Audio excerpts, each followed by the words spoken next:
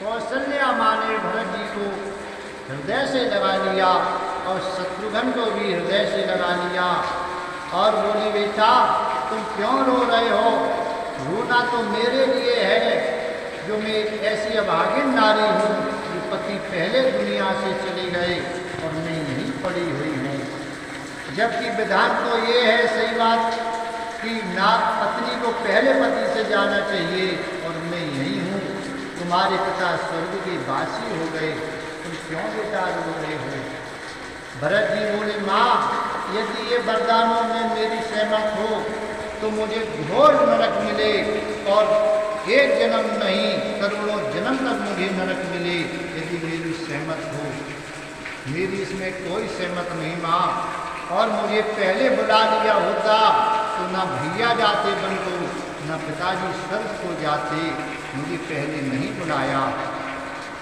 कौशल्या बोली, बेटा ये तो सब होना ही था, क्योंकि तुम्हारी माँ के जो वरदान थे तुम्हारे पिता के पास में वो उन्होंने मांग लिए हैं, और रत्न की यह रीत है जो मुख से कह दिया वो कह दिया।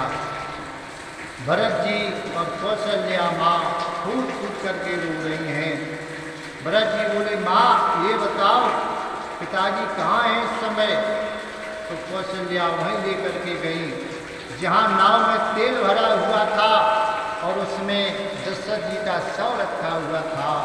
जैसे ही भरत जी ने देखा उसी नाव के किनारे पर सिर रख लिया और फूट फूट करके रोने लगी। कौशल्या भी रोने लगी, एक दूसरे को बुरी तरह से पकड़े हुए हैं और फूट फूट करके रो रहे हैं। अयोध्या वासियों को पता चला कि माँ कौशल्या और भरत जी रो रहे हैं। सभी अयोध्यावासी आए, जैसे उनकी दशा देखी सभी रोने लगे। वशिष्ठ जी को पता चला कि कौशल्या और भरत बुरी तरह से दशरथ के शव के पास रो रहे हैं, तो वशिष्ठ जी आए और बोले, बेटा ये क्या दशा है तुम्हारी? तुम तो ज्ञानी हो, तुम क्यों रो रहे हो? कौशल्या को समझाया तो कौशल्या तो थोड़ी शांत हो गई, लेकिन भरत ने रोना बंद नहीं किया। भरत की यह दशा देख करके वशिष्ठ जी रोने लगे। वशिष्ठ जी बोले, हे भरत सुनो भरत, भावी प्रबल बिलक कही मुनना, हान लाभ जीवन मरण जस अपजस विदहा। बेटा जो परमात्मा को स्वीकार है वही होगा, हमारा तुम्हारा कोई वश नहीं है। नाना प्रकार से भरत जी को समझाया। भरत जी कुछ शांत हुए, लेकिन आंखों की आंसुओं की धार बंद नहीं है। कहा वशिष्ठ जी ने, बेटा अब इनका अंतिम संस्कार भी करो। तो उन्होंने पिता को स्नान करवाया। स्नान करवाने के बाद सरयू नदी किनारे चिता बनाई और वह चिता में अग्नि लगाई। जब वह शरीर जल करके राख हो गया, इसके बाद घर वापस आए। 10 दिन के बाद उन्होंने उनका अंतिम संस्कार किया। जब शुद्धिकरण हो गया, इसके बाद भरत जी ने काफ़ी हाथी घोड़े गाय आदि का दान किया। दान करने के बाद कहा वशिष्ठ जी ने, हे भरत अब तो तुम्हारा रोना व्यर्थ है। तुम्हारे पिता रोने के योग नहीं थे, क्योंकि तुम्हारे पिता का 14 लोकों में यश फैला हुआ था। इसलिए तुम क्यों रो रहे हो? तुमको नहीं रोना चाहिए। यदि मेरी बात मानो तो अब तुम राज स्वीकार करो और तुमको राज करना चाहिए, क्योंकि तुम्हारी माँ ने तुम्हारे पिता से मांग लिया है वरदान में। भरत जी कहने लगे, गुरुदेव ये आप क्या कह रहे हो? आप कह रहे हो कि राज करो।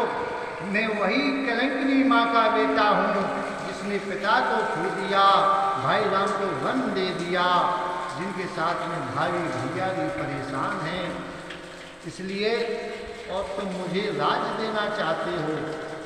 हमारे जैसे कलंक की माँ के बेटे को राज नहीं देना चाहिए और तुम कह रहे हो राज स्वीकार करो।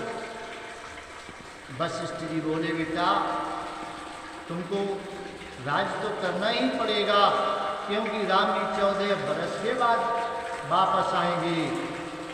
भरत जी कहने लगे, मोए राज हट देहु जबहि, रसा रसा तल जाए तबहि। मैं वही कलंकिनी माँ का बेटा हूँ, यदि मुझे राजगद्दी पर बैठा दिया तो ये पृथ्वी रसातल को चली जाएगी, इसलिए मुझे राज मत दो। ये पृथ्वी रहने वाली नहीं है, ये रसातल को चली जाएगी, क्योंकि मैं वही कलंकिनी माँ का बेटा हूँ। आप क्या कह रहे हो? वशिष्ठ जी बोले, करना ही पड़ेगा।